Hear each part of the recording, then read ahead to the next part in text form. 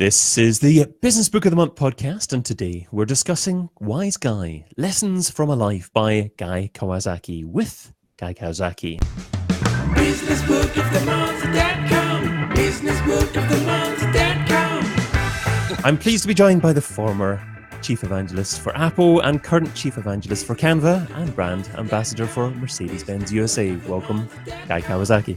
Thank you. I don't have as impressive a background as you do, but... career-wise, you can certainly surpass that, perhaps physically at the moment, yes. Well, I meant the graphic background. Yeah, absolutely, I got it, yeah. You may have a better background than me in both regards, but okay. Yeah, you never know. But unlikely, but you never know. You never know. So, Guy, you famously like to make 10 key points in a presentation. Yes. So, to celebrate the publication of your latest book, Wise Guy, Lessons from a Life today, I'd like to ask you about 10 key lessons that you took away from key stages in your life. I like it. Are you ready? Good stuff. Okay. So, to get started, I'm going to go back to 1972. What were you doing in 1972? Oh, man. It was my senior year of high school, first year of college. Indeed, yeah. You studied psychology at Stanford University from 1972 to 1976. So, well, I actually started in other majors, but I floundered for a while. But yeah.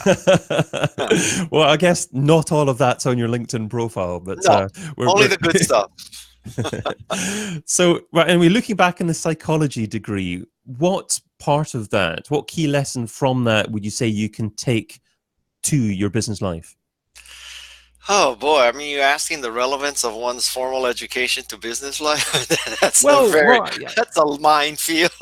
I mean, obviously, you were quoted. I mean, this is going into my point too. Actually, you're quoted as saying that your MBA that you also got after that is a hindrance to entrepreneurship. But I was just wondering if you thought that psychology to begin with was useful for business. So certainly the aspects of social psychology. Particularly social psychology by Bob Cialdini and the book called Influence. But influence in Bob Cialdini's work is in my background, but it didn't start in 1972. So I can't tell you that my psych degree as an undergrad transferred immediately to my career. But aspects of psychology, including the work of Bob Cialdini, definitely contributed to my career. So you could say that maybe my undergraduate degree was the foundation that led me to truly using social psychology. So was that more useful than your MBA?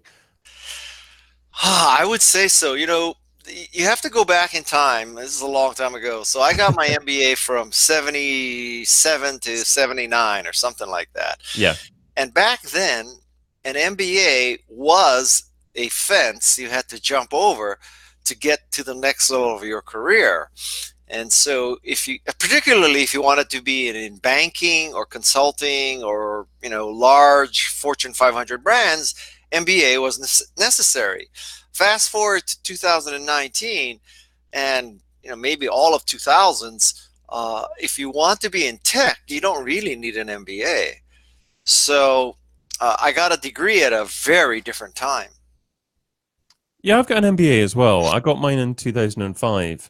And I think the people that I met, the relationships that I made, outweigh the lessons that I was taught. Yeah. But there were good people that I met, and I certainly value that. I would say the same. And I guess you could make the case, well, just, show up to all the parties at school. One other thing is, I noticed you did your MBA straight after, or almost straight after you finished your first degree. Yes. Was that a mistake? And would you have got more out of it if you'd gone back to 7 or 8 years? So there was actually a gap year, and the gap year occurred because I went to law school right after I got my BA, and I dropped out of law school. So there's a gap of 1 year where I went and worked in Hawaii. But with hindsight, I mean, generally speaking, I think it's better to have a gap of multiple years between undergraduate and graduate. But again, going back in time, back then, people didn't value work experience as much. So you went to undergrad, you went to grad, maybe you went to PhD, and then you went into business. And today, I think that is a different attitude. That truly, to get the most out of an MBA, I would say you need to be out in the workforce for 2 to 4 years. However, having said that, if you're out of in the workforce for 2 to 4 years after your undergraduate degree, I think the probability of you going back for an MBA is lower. Yeah. So what are your thoughts on the future of university education? Do you think that the institutions as they exist at the moment will be teaching similar subjects in 10 years' time? I hope not. I mean, you could make the case that the jobs that people who are getting an undergraduate degree today, the jobs that they will be holding ultimately don't even exist today. So I don't know how you train for jobs that don't exist. But having said that, I could make the case that the purpose of an education is not to prepare you for a specific job as much as to prepare you for life. One aspect of life is employment, obviously. So, to this day, I would highly recommend people still get at least an undergraduate liberal arts degree, because it's better for your overall life than to go straight from high school to coding camp to start a company. I mean, yeah, Steve Jobs can pull that off. Bill Gates can pull that off. Maybe Elon Musk can pull that off. But I'm running out of examples. That's 3. I don't think you should say to everybody, oh yeah, look at Steve, look at Bill, look at Elon. They did it, so you don't need to go to school. That would be a mistake.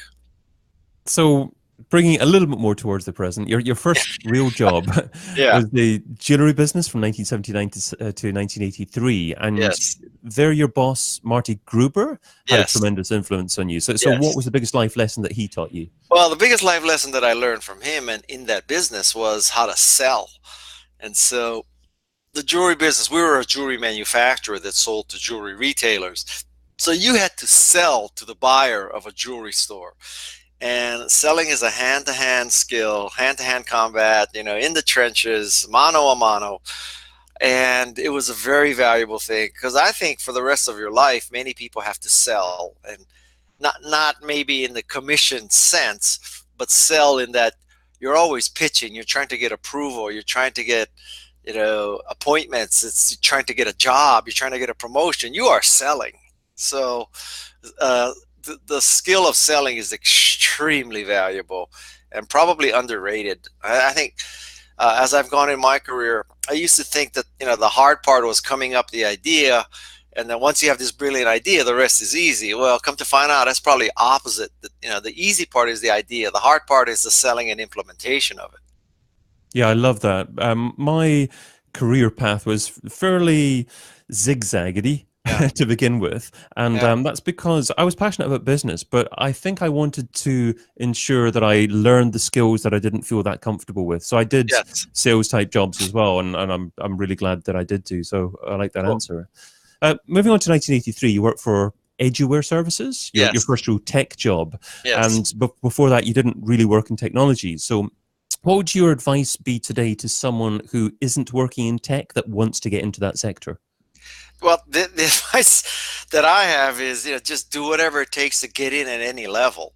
In a perfect world, you'd have a PhD in computer science and, you work for Google, Apple, Cisco, Pinterest, Instagram, Facebook. But this isn't a perfect world. And so I think I subscribe to the theory that the rising tide floats all boats. So if you want to get into tech, get in at any level. And, the day after you start a tech job, people don't really care if you have a 4.2 GPA from MIT or not, or they don't care if you work for 10 years for Google. All they care about is, can you deliver for their company? So the key is to get in at every level. And then at any level, and then if you get in at any level on the right boat, on the right tide, life is good. But the key is to get in. Business book of the month.